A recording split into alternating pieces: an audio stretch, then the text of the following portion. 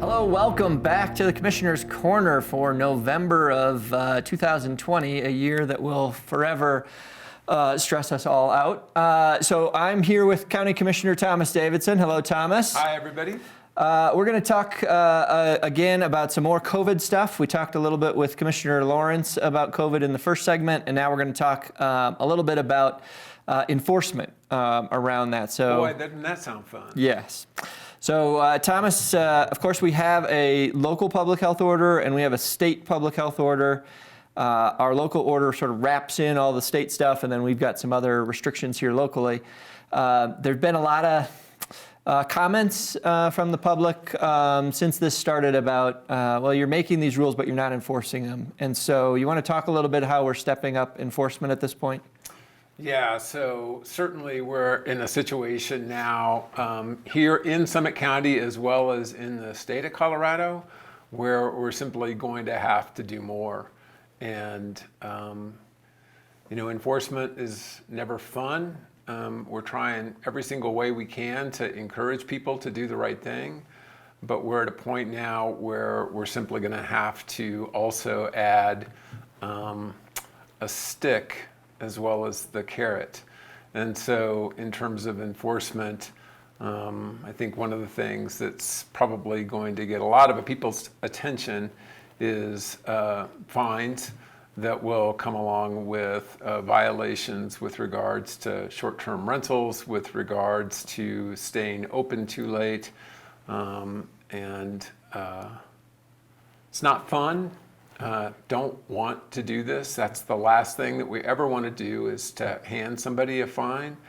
But if we don't start doing these things, we're just really scared about what's going to come if we don't start enforcement. And so I'll tell you right now, I'm sorry that your government is having to do this. Really and truly, none of us want to do this, but it's incumbent upon us to protect the population of Summit County. And so we're taking this step. And in terms of enforcement, the other area that we have seen a lot of activity, whether it's house parties, whether it's late night sort of activities and parties at restaurants that are closed, that's another area that is really being focused on as it relates to enforcement. Right. And so, as we move forward, it's really important to say thank you to our local law enforcement agencies, the sheriff, the police chiefs, for the cooperation as we move forward with this. It's really easy for me to sit here and say that I don't like doing this, but it's going to be really challenging for them. And so please understand, as you're dealing with our law enforcement people, just what we're asking them to go out and do, and the stress that they're going to be under. And so we have to do this. Yep. We have to do this. And again, under the local public health order, the penalties are up to $5,000 in fines and 18 months in jail. And so folks need to take this seriously. That's not to suggest that any a relatively low-level violation is going to result in that sort of a ticket or that sort of a fine, but that's up to the courts to process Right. and to adjudicate. So keep all of that in mind as you're contemplating whether to comply or not comply with the local public health order and the state public health order. And we really do hope, as Thomas said, that the level or the number of violations is very small. It's not anything that any of us relish to be seeing tickets and whatnot. We really did start off with, and we will continue with education as our key tool that we use in this fight. But I will add this. We have had a few incidents here where people just blatantly broke the standards that we have set, and quite clearly to us ignored the public health order and put people at risk. And if it's blatant, then by gosh, yeah, we're going to pursue that fine with the courts. Yep. All right, great. We'll move on to something that is a little bit more pleasant, and that is coronavirus relief funding. And so the federal government provided the state government with some funding that is for expenses that basically took place between March and the end of this year. The state then turned around and provided a distribution of that money to smaller counties like ourselves. Right. And then there are a distribution of that locally to towns. And so, Thomas, you want to talk a little bit about what that looks like and what we've received as part of that? Yeah, sure. So help me with the numbers. The first round was about $1.4 million for Summit County. Right. And then we got that figured out and went back for a second round of funding and have got that in. The interesting thing that's going on is that a lot of counties, municipalities are struggling to figure out how to get reimbursements. Thankfully, we're doing a really good job of staying on top of that. We're able to get reimbursed for the first application. We applied for more. We were careful about how much we applied for because we didn't want to look greedy. But I mean, I was on the phone just the other night with our state rep, Julie McCluskey, who sits on the JBC. And they're getting reports that some counties aren't spending this money. We've got a deadline of December 30th. And so, scrambling to say, hey, you know what? If you need help getting more of this money turned around and out the door, we'll help you with that. So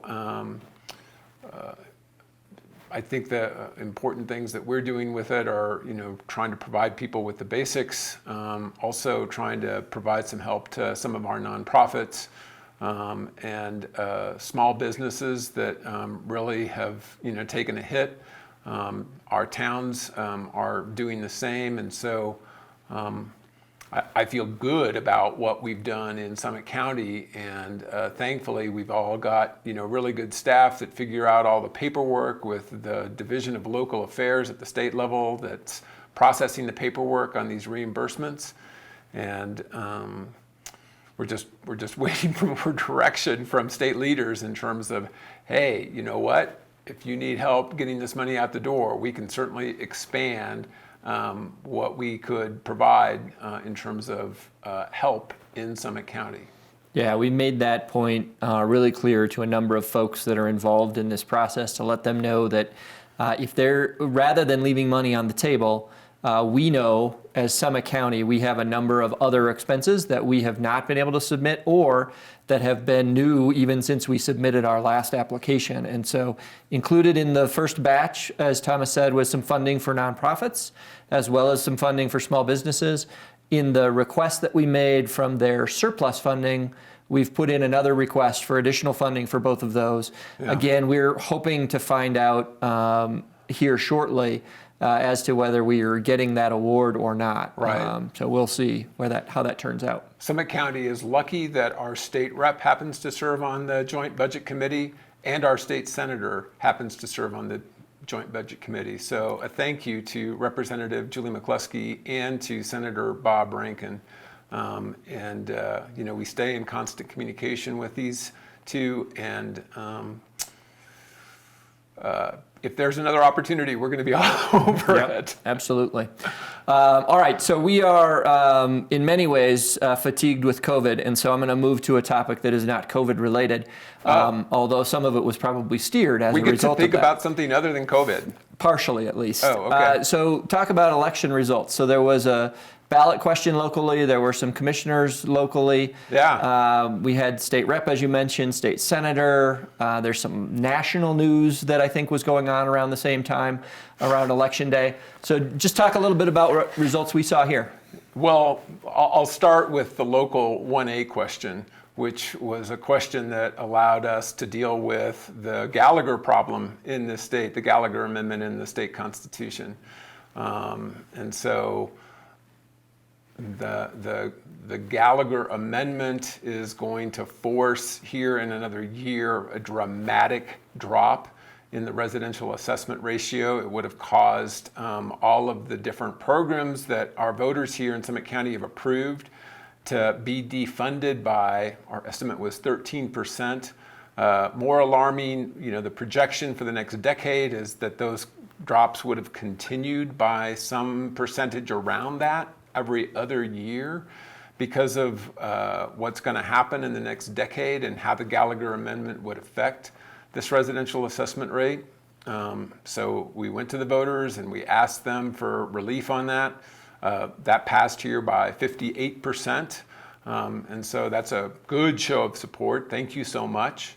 The interesting thing is that this is a very big threat statewide.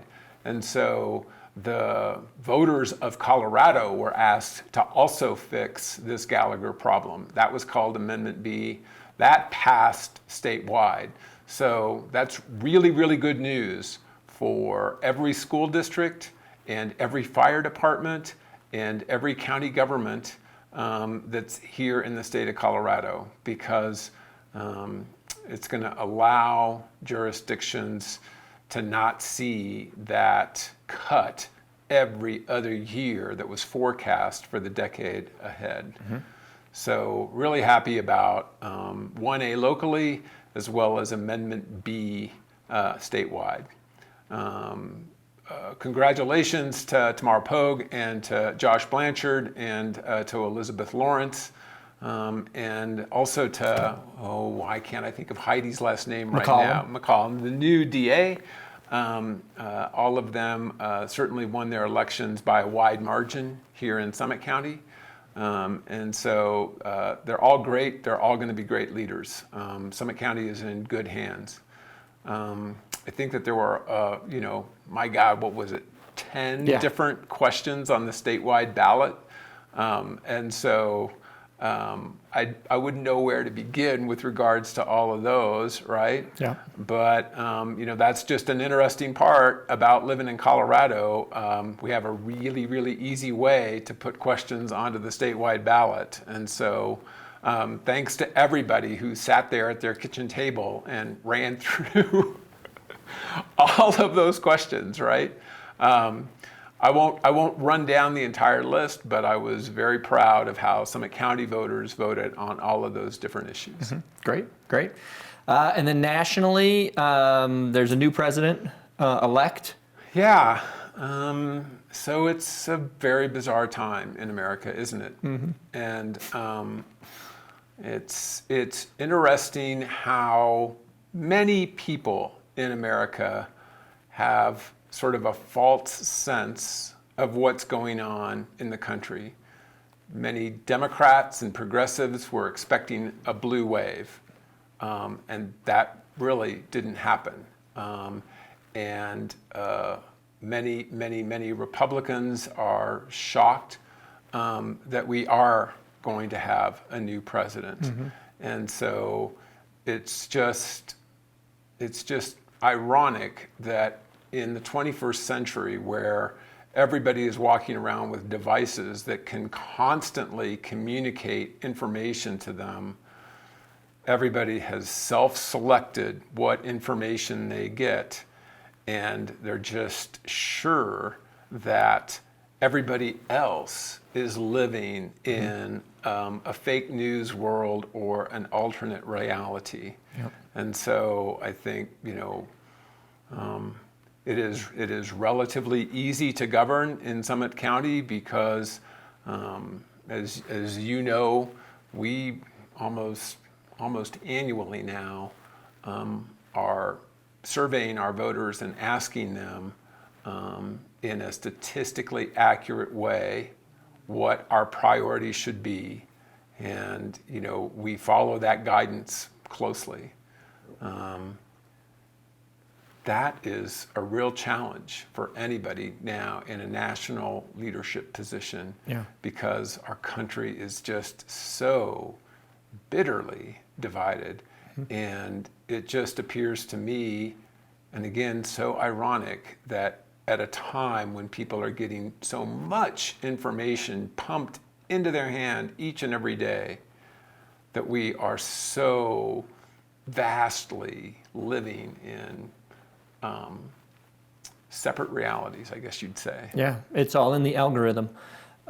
within those social media tools. So that's great. Thank you for the rundown with regards to the election. I appreciate that. I hope that we locally can continue the traditions and the trends that you and Karn put into place while you were here. In the event that we don't have another show in December, I just want to thank you. I've certainly enjoyed our time together, most particularly our time together on this TV show. Yeah, so. it's been a good run.